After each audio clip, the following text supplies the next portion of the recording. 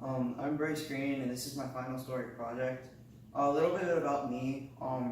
Right now, I currently reside in Orlando, Florida, which is where I was born. Um, I currently have a wife and a 1-year-old son. We live at a beautiful home right here. That's the picture of it. Um, I'm 30 as well, which, um, you know, yeah. And I'm a game animator currently at Steamroller Studios. I've been wanting to be a game designer or a game designer for a while now because I love technology and I often wonder the logic behind the creation of video games. Um, so my purpose is, I feel, is to kind of help provide entertainment to audiences, an audience of all ages, from like young children to seniors. Um, I could do this using technology, and through the creation of video games. Uh, it would satisfy my like interest and kind of, I love seeing the satisfaction of people who try out the games that I just created. My values and interests include like mathematics because I love using that in my everyday life. Uh, I have a very analytical and logical mindset. I also love to kind of problem solve. Very good at puzzles and like all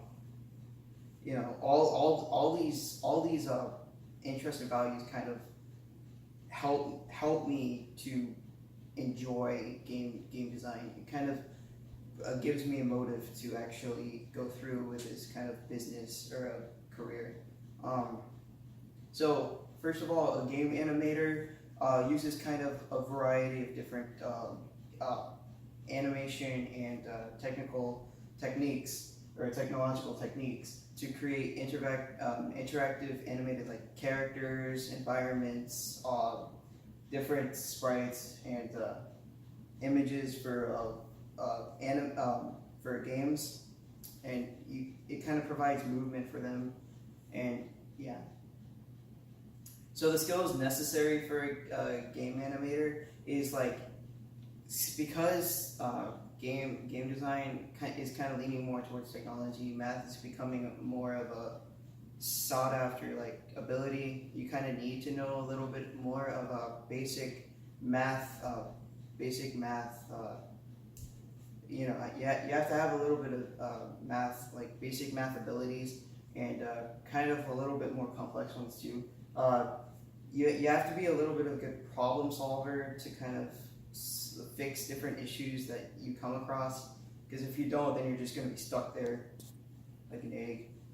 And then you have to be a little artistic and creative when you're creating animation because you have to like kind of create different characters and environments. Like the more artistic you can be, the cooler the environment can be for your game.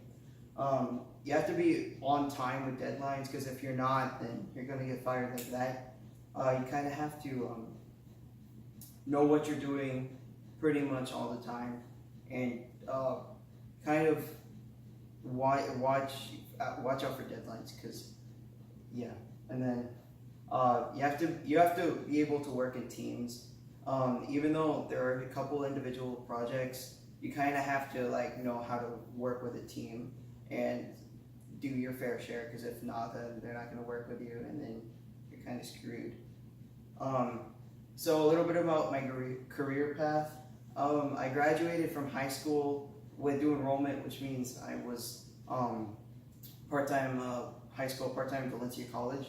I graduated with a Valencia with an AA degree, and then I transferred to UCF for another 2 years of education to earn my Bachelor's of Science degree in video gaming or in computer science at UCF. When I turned 18, I kind of wanted to work at GameStop as like a part-time job when I was still in college. And when I turned 24, I kind of wanted to quit that and go to a more complex and demanding job at Steamroller Studios. which we're well known for our like animation of different movies and games. Um, yeah, and I currently work there as of today. So this is the symbol for Steamroller, and that's the building. Um, our passion is to kind of tell higher end stories through animation and through different, using different techniques. Now, when I was in high school, I talked to a couple of different people in this field that kind of helped motivate me to pursue this career path. My first one was Bob Noel, who was a former vice president of Electronics Arts Studios, or EA.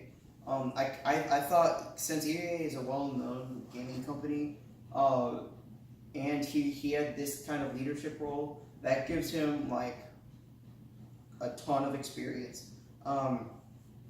He told me to always chase after a career if I want it, and if I want to pursue it, and to also do like extra coursework, or like do it to my best of my ability if I want to make my coursework stand out, including like extra credit. I also interviewed another guy named Jeff Tidball. He's a very famous game designer, and he writes tons of fictional stories. He's currently the chief operating officer at Atlas Games. He said Tidball told me to start kind of writing different design documents, model papers, or prototypes, and then to make maps and draw sketches, which kind of would give me an idea of if I want to enter this field, or if I want to like kind of drop out of it. And I would never have gotten to where I am today if I haven't taken new student experience, because this class taught me a lot about how to manage my time, how to stop procrastinating, how to, kind of manage my finance, and kind of gave me a push in the right direction of where I want to go. Thank you.